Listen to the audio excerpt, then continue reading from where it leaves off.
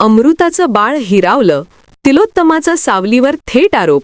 सावळ्याची जणू सावलीमध्ये मोठा ट्विस्ट.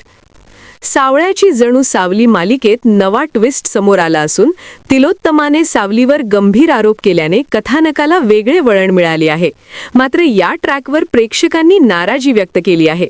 मराठी टेलिव्हिजनवरील लोकप्रिय मालिका सावळ्याची जणू सावली सध्या एका नव्या आणि धक्कादायक वळणामुळे चर्चेत आली आहे. या मालिकेत सावलीच्या आयुष्यात सतत संकटांची मालिका सुरूच असल्याचे दिसून येते.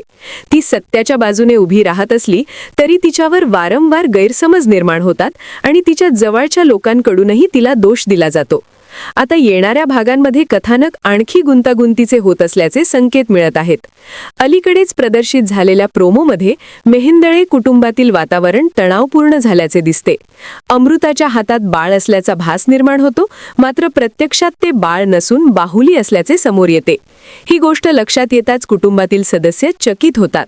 अमृताचे असामान्य वर्तन पाहून सर्वांना धक्का बसतो आणि तिच्या मानसिक स्थितीबद्दल प्रश्न निर्माण होतात.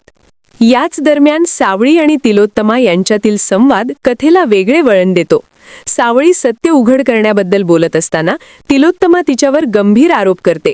तू आधीच अमृताचं बाळ हिरावलं आहेस असे तिने स्पष्टपणे सांगितल्यामुळे सावळी हादरून जाते. हा आरोप कितपत खरा आहे याबद्दल प्रेक्षकांमध्ये उत्सुकता वाढली आहे. या ट्विस्ट मागे एक जुनी घटना कारणीभूत असल्याचे दाखवण्यात आले आहे. अमृता आणि सावळी मंदिरात जात असताना काही गुंडांकडून हल्ला होतो. या घटनेत गर्भवती असलेल्या अमृताला तिचे बाळ गमावावं लागते. या प्रसंगाचा दोष सावळीवर टाकला जात असल्याचे सध्या कथानकात दाखवले जात आहे. मात्र या नव्या ट्रॅकवर प्रेक्षकांनी सोशल मीडियावर नाराजी व्यक्त केली आहे. अनेकांनी कथानक अनावश्यकपणे लांबवल्याची टीका केली आहे.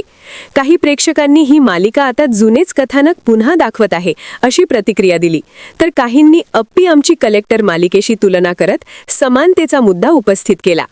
कथेत नवकल्पना नसल्यामुळे प्रेक्षकांचा रस कमी होत असल्याचेही मत व्यक्त करण्यात आले आहे. एकूणच सावळ्याची जणू सावली मालिकेतील हा नवीन ट्विस्ट प्रेक्षकांना धक्का देणारा ठरला असला तरी त्याच वेळी कथानकाच्या दिशेबाबत प्रश्नही निर्माण करत आहे. पुढील भागांमध्ये सावळीवरचे आरोप खोटे ठरतील का आणि खरी सत्यता समोर येईल का हे पाहणे आता महत्त्वाचे ठरणार आहे.